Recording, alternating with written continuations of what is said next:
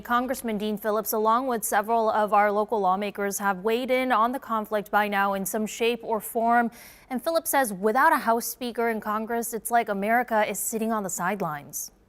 When it came to a conversation about what is happening in Israel and in Gaza, Phillips said he not only condemns the attacks in Israel, but also that there is urgency in finding the next House Speaker. To be in a position where we may not be able to act to provide support to Israel is a terrible dereliction of duty. And I really hope that my colleagues offer a solution in the form of a candidate. Several other lawmakers have weighed in, DFLers and Republicans on the same page about condemning the attacks, but differing in terms of what should come next for America. Representatives Michelle Fischbach, Pete Stauber, and Tom Emmer saying America should stand by Israel as it defends itself, but Representatives Betty McCollum and Ilhan Omar saying, quote, war is not the answer. Omar urged the U.S. to use diplomatic might instead of continuing unconditional weapon sales to Israel.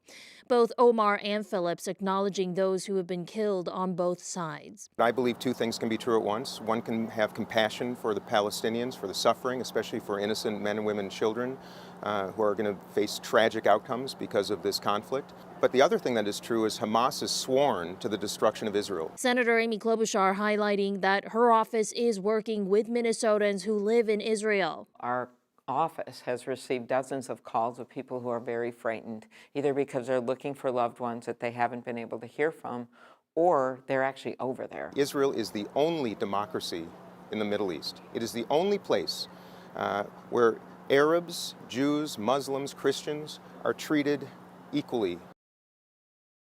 We have reached out to all of the mentioned Republican lawmakers for updated statements or interviews in person, but we did not hear back from them. Randy?